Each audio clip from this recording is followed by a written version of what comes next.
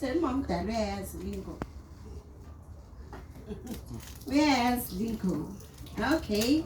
All right. Amen, bazalwane. Amen. Ngiphiwe ithuba lokuthi ngize phambi kwabazalwane ngizoshare izwi bazalwane. Ngithanda ukuthi ngibonge kakhulu leli thuba engiliphiweyo. Ngibonga umfundisi, ngibonga lebandla. Siyabonga kakhulu ukuthi siyaphiwa amathuba nje inoma bosithulisiwe bengasibafundisi kodwa baliphiwa lethuba lokuthi bame phambi kwabazalwane bashare. Siyaqhubeka abazalwane sikhuluma ngeprayer. Kukhulumeni kwethu ngeprayer uchumayela umfundisi leliyani iviki wachumayela uMamdale. Sifundile ukuthi uyini umthandazo. Sabuye safunda ukuthi how should we pray? And what should we pray for? Mina ke sengiconclude abazalwane. Concluding kwami ngithanda ukuthi ngikubeke phambi kwabazalwane ukuthi umthandazo bazalwane fervent. It affects your brain. It affects your brain cells. It touches ama cells akho emzimbeni. It touches the flow of your blood. Kumele ukuthi mawuthandazile umthandazo fervent. Ngendlela kade sifundiswa ngayo ukuthi why should we pray and how should we pray. Kufanele ukuthi usale a bit of some DNA yakho ingathi ayikemi kahle. Because kumele ukuthi nxa uqeda usale ungafani. Sale kuchintshile. Physically you should be drained because you are feeding the spirit. Amen bazalwane. Amen. Bangilalele yini abazalwane. Ngithi mina kufanele ukuthi mawuqeda ukuthandaza usale ungafani as an individual. Asithandazi ngoba kumele sithandaze. Asithandazi ngoba sekuhlwile vele kumele isilale singathandazi. Singakathandazi. But sithandaza not ngoba. Sithi ngisho ukuthi in every situation. Asithandazi ngoba sewuhlatshiwe, ngoba sekubuhlungu, ngoba sewugulile. Sekufanele ukuthi sithandaza in every situation. Ngibuye ngithi futhi bazalwane angikaqali ukuchumayela. Ngithanda ukuthi ngibuye futhi ngikubeke kubazalwane ukuthi if you don't pray day by day, your salvation is affected. Walala ungakathandazi, wavuka waphuma endlini ungakathandazi, your salvation is affected. It is affected. And your prayers will always deliver you from evil. Waba umuntu othandazayo, you will be delivered from evil. Angithi mina ngiyagoqa bazalwane. And if you pray, mangithi it delivers you from the evil. If you pray uhlakaza konke lokunye lokade kukhona kubekiwe kubotshiwe ngawe, but ngomthandazo yakuhlakaza. Kuthiwa sithi masihamba wathi eshumayela umfundisi uMakhanya niyela amalanga lapha wathi thwa ngubani umfundisi ubheka ngisakwazi. Wathi yena kwathi kuphuma amanzi edamu. Kwaphuma amabhodlela avaliwe agqitshiwe amaphepha ngaphakathi kunemagama abantu. But when you pray lelo bhodlela lingaze livaleke. Ntawuhlangana lenhlali phansi liphahlaza. And your name will be saved and you are going to be free. It can only happen through prayer. That is why I'm saying it delivers you from the evil. Baza babophile bagqibele ngaphansi. Uzezwa ikhansili sisithi ayisesifuna ufaka umgwaqo lapha bachaya igrade dilizi lahlele kachala ulibhodlela lokho kufaka igama lakho. So it delivers you from the evil. Amen. Yes, amen bazalwane. Amen. Again ekuthandazeni ukhulula zonke izinto ezikuchayisa ngovalo. Mina bazalwane balalawa ngizitshelile ukuthi akusala into emele ngiyesabe. Ngabe sengimdala ngaka.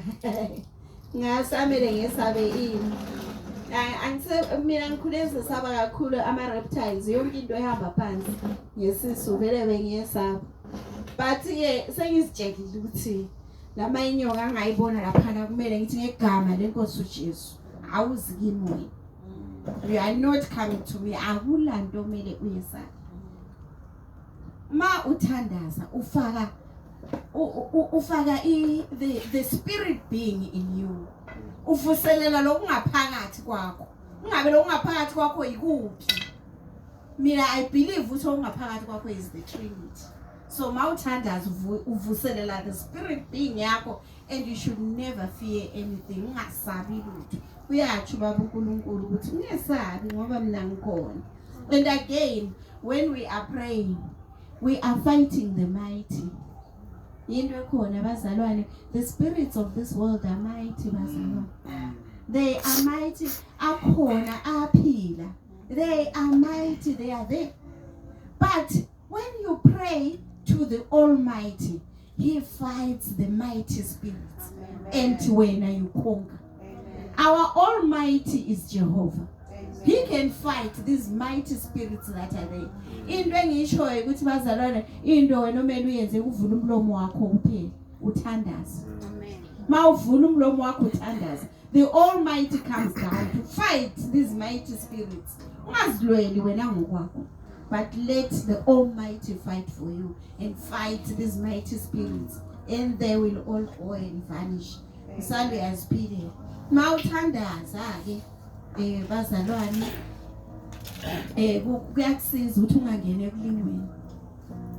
Whatever feeling comes to you, isithi lingeka. But if you pray, that feeling will go. Thandaza kuJehova, thandaza kubaba uNkulunkulu.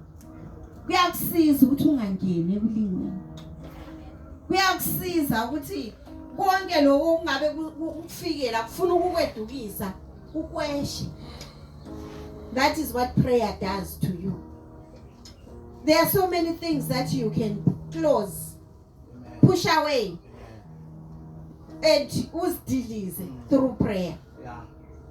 And again, in prayer bazalwane, that we should pray singabantwana baba uNkulunkulu should be directed by the Holy Spirit.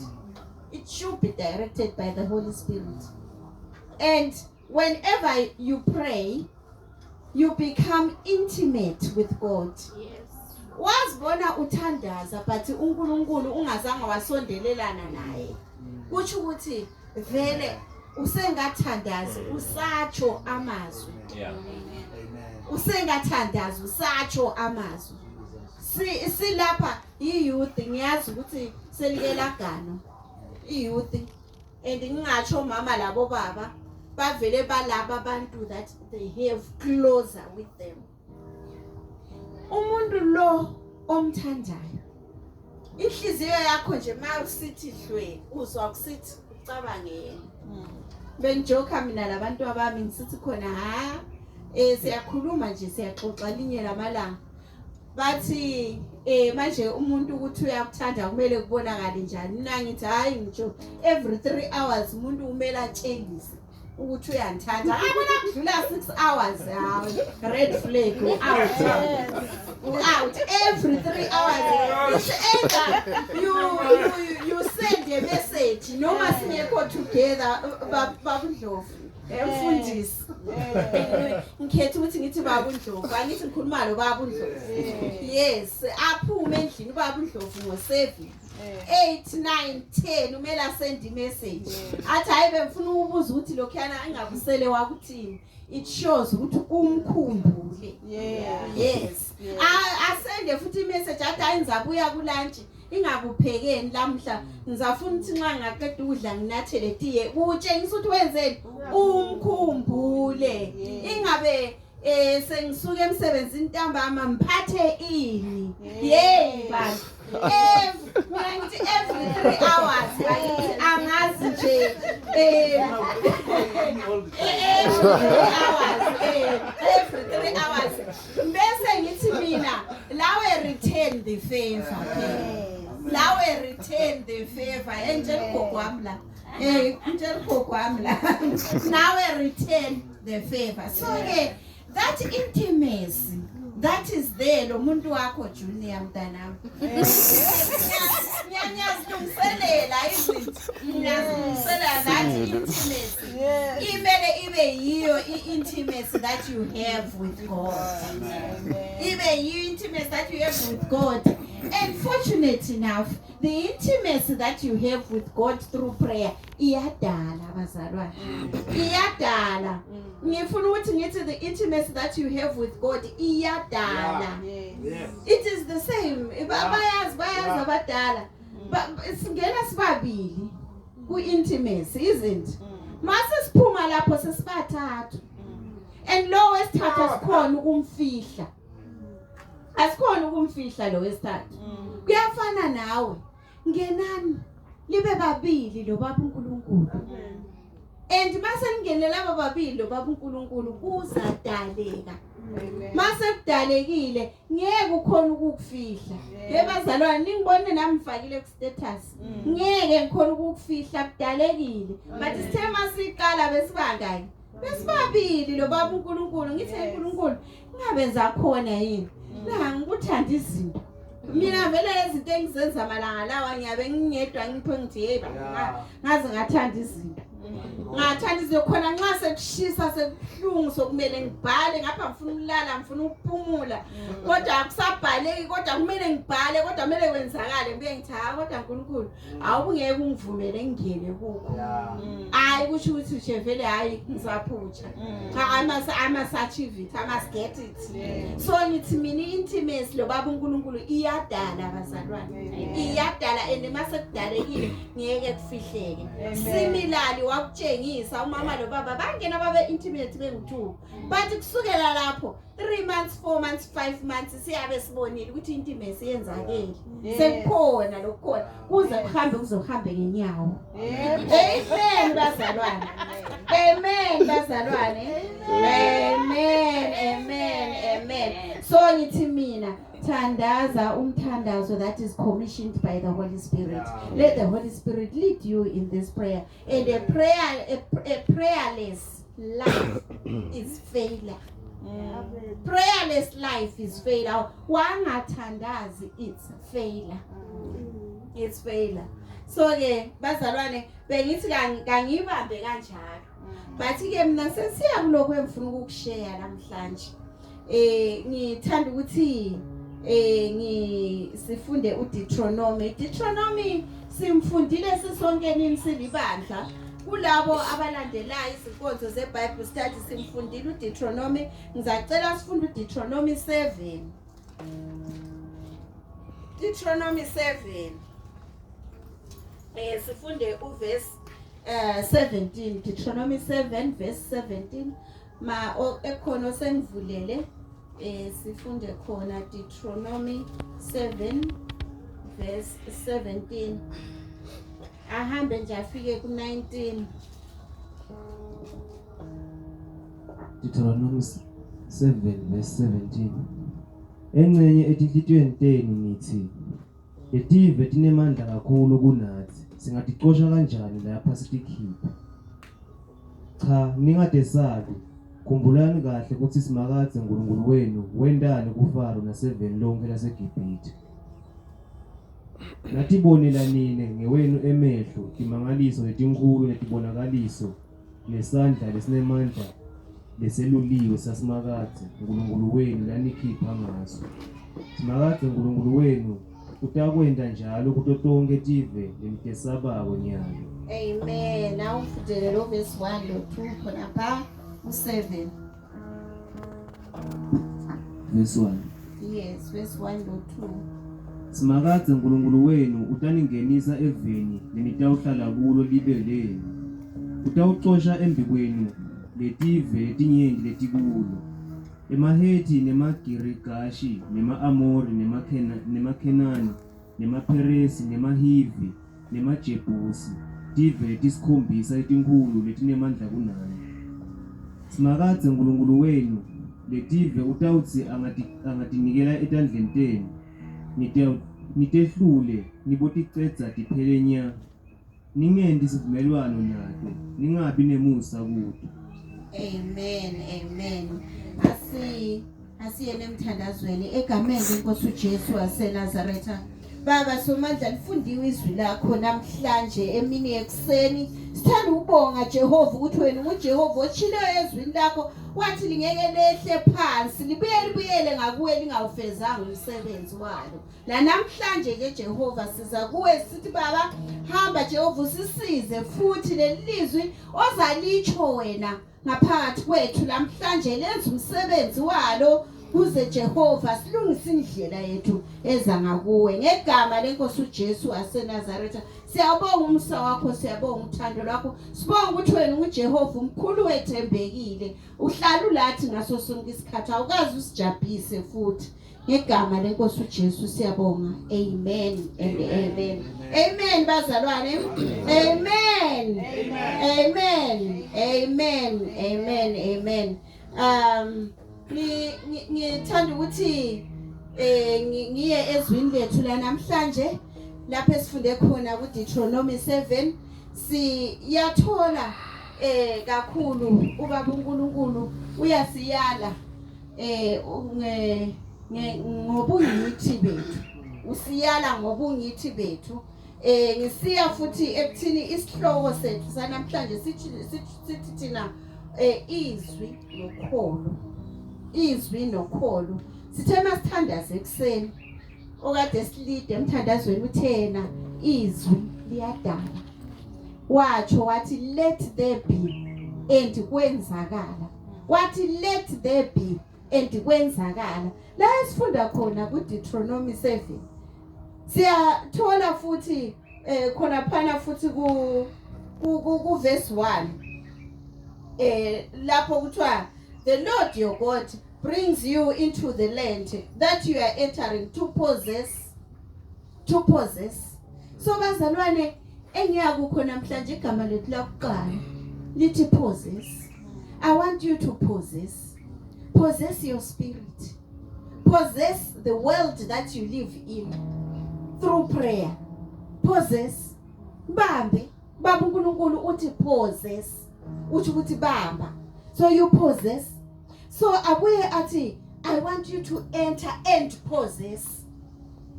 Ungayekeli bazalwane. Possess sibambele kube ngokwakho. And uyalandisa lapha baba uNkulunkulu afake the 7 tribes.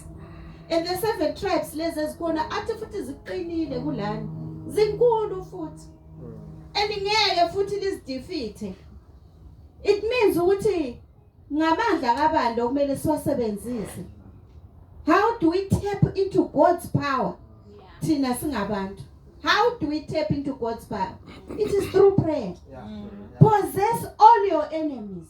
Possess all your fears through prayer bazalwane.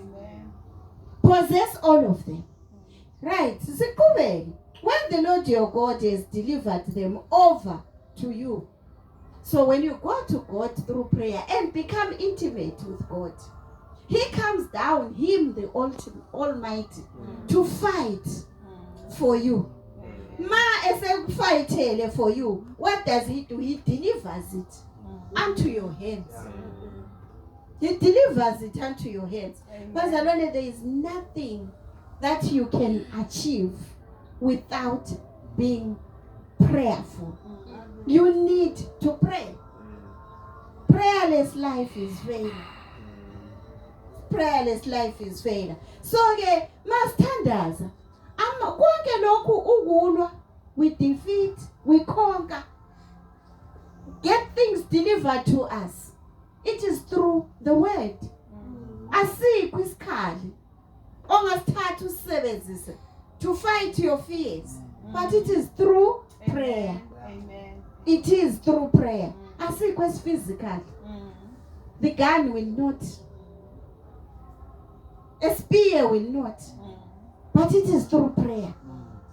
Through prayer, bazalwane, in prayer which you should make lobaba uNkulunkulu libe intimate. You move out of your soul. When you are intimate, you move out of your soul. Uhambe uyehlangana lobaba uNkulunkulu. Ungene emazulwini. And that is how things will be created. Right. Siqhubeke siye ku verse 17. Verse 17. Amen bazalwane. Sisihamba sonke nini? Amen. Verse 17 abese sithi the nations are stronger than we are. Oh, okay. The nations are stronger than we are. How can we drive them out? Niyamkhumbula uCaleb waphendula wathi. What they look big but we can. We can conquer them. Ungathi ukubuka isimo okuso. Ubuke lo obhekane nakho. Ubuke ukubone kukhulu. Yes, it can look big.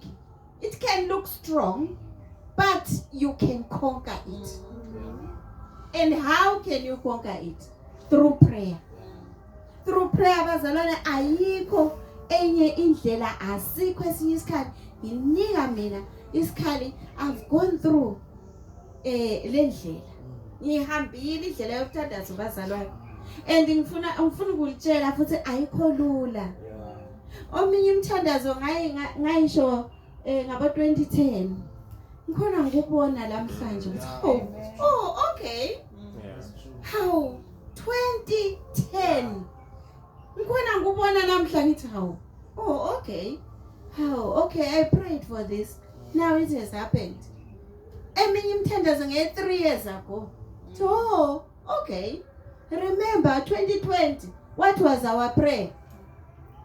COVID mayikhona lapho istriker kumele ingathinti noma namunye wase BICC eSwatini. Did we bury anyone? No. Never. We didn't. Amen. Asimthandazo ephenduliweyo yini le? Amen. Amen bazalwane. God answers prayers. Amen. God answers prayer. God listens. Yes. And he gives the answers at the right time. Yes. This is why I'm saying even imthandazo ka 2010 kimi eminye khona iphendulwa nyalo. Khona iphendulwa nyalo ngithi how 2010. Okay. All right siyabonga. Amen. So verse 17 besatsho laphana u18 athi but do not be afraid of them.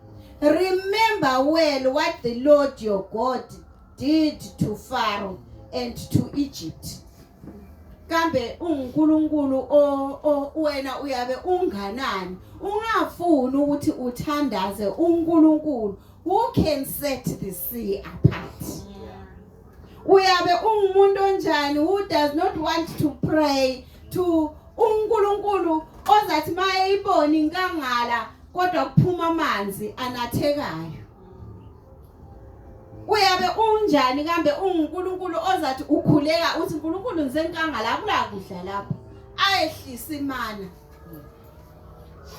Uyatsho uthi ngoba ngakwenza kwabase-Israyeli nakuwe futhi ngizakwenza. Uthi nakuwe futhi ngizakwenza uthi you saw with your own eyes the great trials, the signs and wonders, the mighty hand and outstretched arm with which the Lord your God brought to you. The Lord your God will do the same to all peoples you now fear. So kukho konke lokhu obhekane nakho, kukho konke that is before you, that is an obstacle, the Lord your God will do the same. He will deliver you out of it. Amen bazalwane. Amen. Amen. Amen. So uthi yena ungasho yikho lokwenguthandayo ukuthi ungasho ukuthi wena you cannot. Ungasho ukuthi you cannot. Ngizathanda ukuthi nginika umfanekiso kaMark 5 verse 25 to verse 29. Liyakhumbula umama ongelagama eBhayibhelini. The woman does not have a name. Angabe sivulela omunye uMark 5 verse 25 to 29. Lo mama akalagama eBhayibhelini, igama lakhe alikho. Abanye kuthiwa ngoRuth, abanye ngo-Esther, abanye ngo-Naomi, abanye ngo-Eve. Yena lo mama akagama kuthiwa igama lakhe ngumama woMophi. The woman without a name. Ngizama ukuthi ngithi nawe bangabe bekukhangela bakubone without a name. Bakukhangele bakubone ungesilutho. Bakukhangele bakubone nothing. But you can be something before the eyes of the Lord. Asifundele Mark 5 verse 25 to verse 29. uJesu wami uyaphila ngiyokwesaba ntonina igazi lakhe linginqobele indalifa yezulu. Mark 5 verse 25 to 29. Bekukhona umfatile labegula aphethwe isifo sekopha besasesiqeda iminyaka le-12 sokuphethe. Abesagule kakhulu asaphelelwe imali labelaphayo angesenalutho esandleni ngoba kujinge kubede kungcono kugula kuye phambili. Abesake weva idumo ngaJesu ngakho wafumbeleta ngemuva kwaJesu wathinta ingubo yakhe ngobe wacabanga wathi nangingamane nje ngithinte ingubo yakhe ngawuphila. Mela lapho ngobe wacabanga yabazalwane ngobe wacabanga engikuthandayo lapho kuthiwa wayeseqede imali kubodokotela kodwa solo uyopha for 12 years. Angazi ukuthi medically kuyenzakala yini 12 years ophe umuntu every day kodwa sale lokho ephila. Does it really happen? 12 years uyopha. I can imagine 12 years uyopha. Mina ngiyangubone babe sebekhala amantombazana endlini bakhale inyembezi akasakhona ukudla seyachisa yena usewiki sekufuneka kudingwe ama-iron tablets but 12 years every day. Lapha sikhala ngabo 4-5 days 3-4-5 days kodwa lo we 12 years abelokhu ephila akalagama. Ngiyekuthini mzalwane, you can suffer for many years ungabonakala ukuthi ungubani, ungazakali nalegama lakho, you can waste money, waste money. Umuntu umzwethi kumele ngihambe ngiyeconsulta, mina ngihlala ngihleka labangani bami ngithi hawu bayagooglisha ngoba mina ngikwazi ukuthi kugooglishwa njani emntwini ophilayo nenyama njengami. Ngithi hawu bayagooglisha ngibona ngathi uncle Google phela yabe siya kuyithatha ama chance kumbe li robot AI li robot likuthathela ama chance ulibuze likutshela ianswer kwesisikhathi liyachaya eceleni. So ke ngithi mina mabagooglisha lapho ugooglishwa khona awugooglwa for free. La uGoogle ufuna idatha bazalwane nalabo ugooglishwa kubo laba baphilayo abayinyama labo bafuna idatha kuyafakwa phansi lapha so uGoogle uyafaka nangu noma ke 12 years imali seyiphelile imali ayisekho. Nawe futhi mzalwane uyahamba emhlabeni. Iminyaka simnengi usafa abantu. Iminyaka simnengi uphakathi kwalolu sizo. Iminyaka simnengi ubhekene nazo lezi zinhlungu. Iminyaka simnengi ungabonakali la ekhaya. But what came to his mind? Ngifundele isentence yokugcina sihle ngithe ume ngayo. What came to her mind?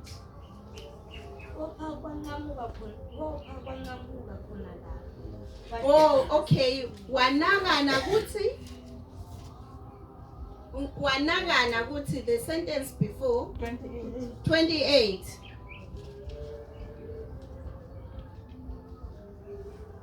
Abesayiwe balufumo kaJesu ngakho waphumelela ngemuva kwaJesu wathinta ingubo yakhe ngoba wacabanga wathi nangingamane nje ngithinte ingubo yakhe.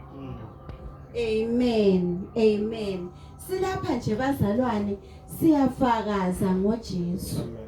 Ngilapha nje bazalwane ngimi ukuthi ngifakaze ngoJesu. Ngimi ukuthi ngitshele bazalwane ukuthi uJesu khona. Ngimi futhi ukuthi ngitshele ukuthi uyaphila. Ngimi futhi ukuthi ngilitshele ukuthi ubaba wakhe uNkulunkulu. uNkulunkulu uyalalela imthandazo. Ngimi futhi ukuthi ngifakaze bazalwane ngitshele futhi ukuthi imthandazo iyaphendulwa. As long as uyise kubaba uNkulunkulu futhi uyise ngokholo. And la engiyakhona futhi bazalwane besifunda ngomthandazo. But ngiletha a new aspect of prayer today, which is thinking. Wamane wanakana kuthi everything that comes to your mind is prayer bazalwane. Wena ungumuntu, there are some prayers that are negative that you should dismiss from your mind. And immediately uvela uthi uthi baba uNkulunkulu angifuni lokho sokufika engqondweni yami. And there are prayers bazalwane that you should put into your mind and let them stay in there. Nanku nje walufa udumo luka baba uNkulunkulu uthe manje seluvile wasesithi angimane nje uyanakana. And unakaneni kwakhe unakana kungumkhuleko. Unakana kungumthandazo.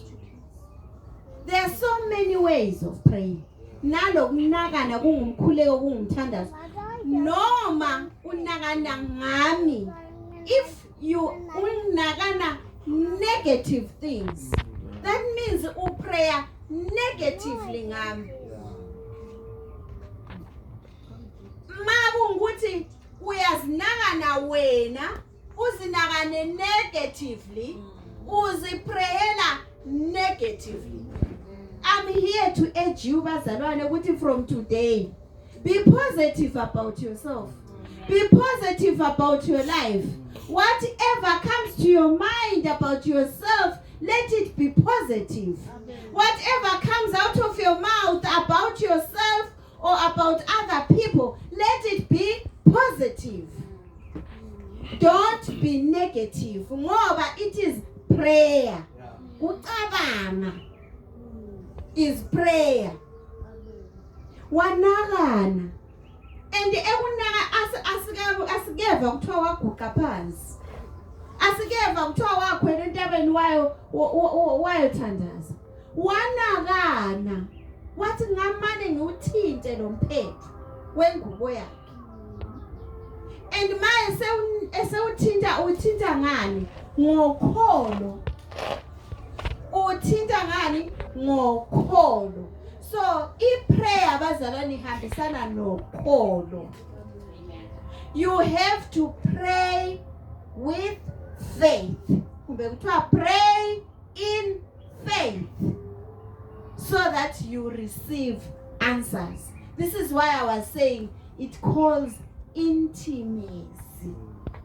Intimacy. Phuma kulo muntu mawuthandaza. Uphume ube ngu-spirit being. Uhlangane le spirit sika baba uNkulunkulu. Being led by the Holy Spirit. That is intimate prayer. And that is how your answers will come to you. Amen bazalwane. Amen. Amen. Amen. Sithi thina pray in faith. Sibuye sithi thina cabanga ukuthi unakana kungumkhuleko. Whatever comes to your mind is prayer. That is what I'm bringing to you. So konke lokho ungazicabanga wena uhlupheka utawuhlupheka. Ungazicabanga wena ungenamali itawuhamba imali ingabi khona. Uthe mashumayela umfundisi wathi asinakho ngoba ngasicela. ivesi lisho njalo eBhayibhelini lithe asina ngoba asinjani kasiceli. Mina namhlanje nje mangibona umuntu ehlupheka ngimbuka ngelinye iliso ngoba ngifundzile mina ukuthi ngiyeza ukuzihlupheke. Kusho ukuthi nje wena uhlupheka ngoba unjani awuceli. And who on this earth ongacela kuye abe honest to give you? It is God. And how do we ask from God? Through prayer. And prayer enjani enokholo. Wakholwa lo wesifazane wathi mangingamane nje ngithi ngimthinte. Mangingamane ngimthinte. Uthe manje semthintile ngicela ungifundele u29 Zinhle. Kwapha kwanqamuka khona lapho. Wativa asaphilile esibhedlela esimphethe. 30 Masinyane Jesu wativa ukuthi kukhona emandla lasaphilile. Ngiyabonga masinyane. You see, our God wenza izinto zakhe masinyane. Uyawuza umthandazo nini masinyane. This woman submitted a prayer. Yekuthi mangingamane ngithinte lo mphetho. That was the prayer. Phakathi kwengqondo yakhe. Iprayer ithi ukuthi kumele uhambe uyoshawuda ila phakathi engqondweni. Mangamane nje ngithinte umphetho wengubo yakhe. That was the prayer. And wahamba futhi wenzani wayithinta. So kusho ukuthi umthandazo is coupled with what? Action. And coupled again with what? Faith. So wamane wahamba wayithinta lengubo. Uthe maye seyithintile. Soon after that Jesus realized. Mina ngifuna ukugcina khona lapho ukuthi Jesus realized ukuthi wa realize ini wathini, but he realized. So ngithi mina kuwe mzalwane wamane nje wathi tap into God through prayer. He realizes ukuthi khona inceku yami ethandazayo, ikhona inceku yami enekucela, ikhona inceku yami enakho ekufisayo ekudingayo ekufunayo. He realizes and he realizes soon. And mase realizile soon, what happens? He responds. Kwavele kwathini kwanqamuka khona lapho. Kwanqamuka khona lapho. So ke bazalwane la engiyakhona ngithi mina ukukhuluma kuyadala. Umlomo lo esiwunikiweyo must be used for its rightful purpose. And its rightful purpose is to pray. Its rightful purpose yikudala. Sidala izinto ngomlomo. Sidala ngezwi. Izwi which is coupled with positive thinking. Izwi which is coupled with faith. Sidala ngezwi nangokukholwa. Amen bazalwane. Amen. So kuya ngokholo lwakho. But God says even if ukholo lwakho luluncuncuncu as a mustard seed, noma luluncane kangakanani luyakhona ukudala. Lapha ngikhuluma ngama individuals. Bayakuthanda abazalwane uthi ngicela mfundisi mane lingithandazele mfundisi lingithandazele lapha uJesu azange uthi hamba kumfundisi akuthandazele. Uthe ufuna wena mathupha wena ngokwakho with your own submissions. Ufuna wena himself with your own submissions. Manu sibikele sikuside. But ungathi ngoba sewusibikele wena sulala surelax abazathandaza abazalwane. Thina we are there to support. Mfundisi is there to support. Yes. but lo umuntu uNkulunkulu amfunayo nokholo lwakhe nguwe. So it is you and your faith. Wena nokholo lwakho. Siyabonga abazalwane. Uthi uqhelile masixoxa phakathi kweviki. Nimtshela uqhelile ngathi nizayixoxa vele ngeke ngoba nihlekile. Ngathi angcolo ngishare. Uthi masixoxa phakathi kweviki uthi yazi mama hayi nxa uthandaza intensify ufaka umthandazo ufaka too good yikho kushuba ngamandla. Shuba ngamandla uthi yena mawufaka iprayer ufaka more in prayer, praying kakhulu ushuba wesi. Uthi nge Thursday uyathumela umsebenzi wakhe usupervisor sebesiye emaphethelweni. Supervisor chafaka turn it in ibuyisithi 46% similarity index. Ngiyamuza umfundisi uvele wathi uvele wathi umfundisi 46%. Ma engitshela ngivele ngathi mina sengisiba lobuthongo ma engitshela indaba. Mina manje ubuthongo vele hamba udlalisa mama ngabuya abusebenzisa ngoba ungahamba kuhambile. So senthi hayi credit. Don't worry about this man. Asizakubona. Hayi uqhelile was so worried. So worried uqhelile ebusuku vele kalalanga. Mina I'm the one who wakes up very early in the morning. She wakes up very early in the morning yesterday. Anti indaba le ifike Friday. Uyavuka ekuseni uthi hayi mama hayi 46%. Mina nami sekubuye engqondweni uthi hawu abale similarity index ichukufeyila phela. Ichukufeyila.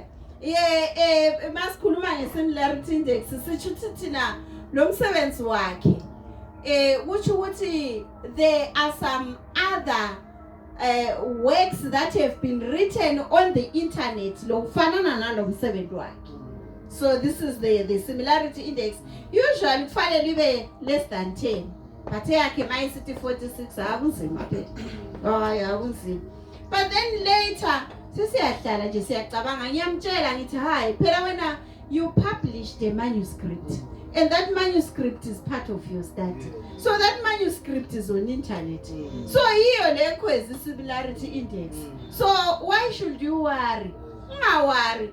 But bese ngibuya ngithi yazi kukudala kwami nami bengasoke ngilali ukuthi umntwana kusho ukuthi hayi into zizimo hayi vele hayi ayikho le degree vele ayikho, it's finished. So ke bazalwane bevele malanga lawa she's in prayer. She's in prayer but uthi yena mama usithi uya-intensify i-prayer ushuba ngamandla.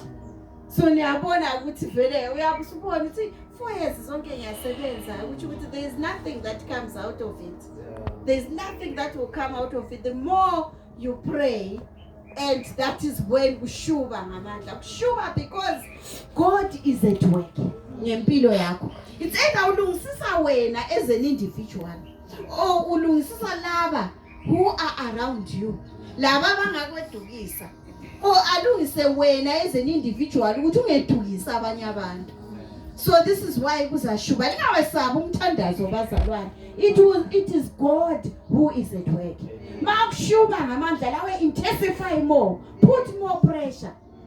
That is God at work. Let it be, never give up. That is what the devil wants. Ufuna to give up. Not give up. Put more power, put more pressure, pray more. Makushithi kushuba ngamandla utsho futhi umtshela uNkulunkulu ukuthi asokuyashuba manje amandla. Sekuyashuba, take over. He says he will fight for you and deliver them unto your hands. So let him do it. Wena kuphela kwakho is intimacy. Awunanto emnandi njenge intimacy bazalwane. Intimacy imnandi. Njilo ngathi libatsha linaliganile. Kumnandi ukuganwa, mhlanga lelo langa uganiwe. Lawa ukhona uhamba kancane uhambe la phezulu. Intimacy imnandi, it's so nice. But ke engikutshoyo lapha engiyakhona ukuthi be intimate with God in prayer and you will receive your answers. Amen bazalwane. Siyabonga. sizaphetha lapha intshumayelo yethu sacela umfundisi asifake. Amen. Hallelujah. Siyabonga kakhulu.